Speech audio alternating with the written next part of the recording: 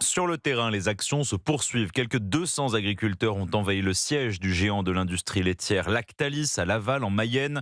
Du côté de Montauban, les tracteurs perturbent la circulation au niveau du péage de l'A62 à Castel-Sarrazin.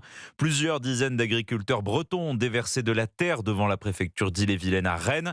La première revendication de ceux qui manifestent, garantir un meilleur revenu aux agriculteurs. La promesse est ancienne.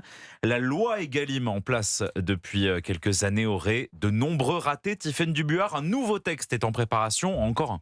Oui, c'est la quatrième loi Egalim en 6 ans. La première remonte à 2018. Elle a contraint les supermarchés à réaliser une marge minimum de 10%.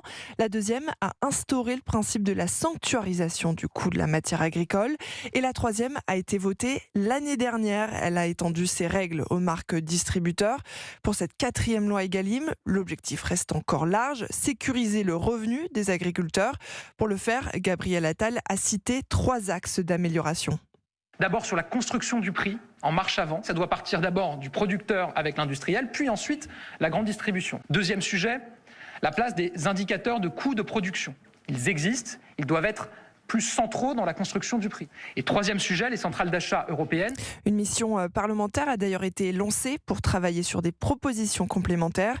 Ce nouveau projet de loi doit également être pensé avec un dispositif Egalim au niveau européen, un moyen d'empêcher les distributeurs de contourner la loi en passant par les centrales d'achat européennes, pointées du doigt par les agriculteurs.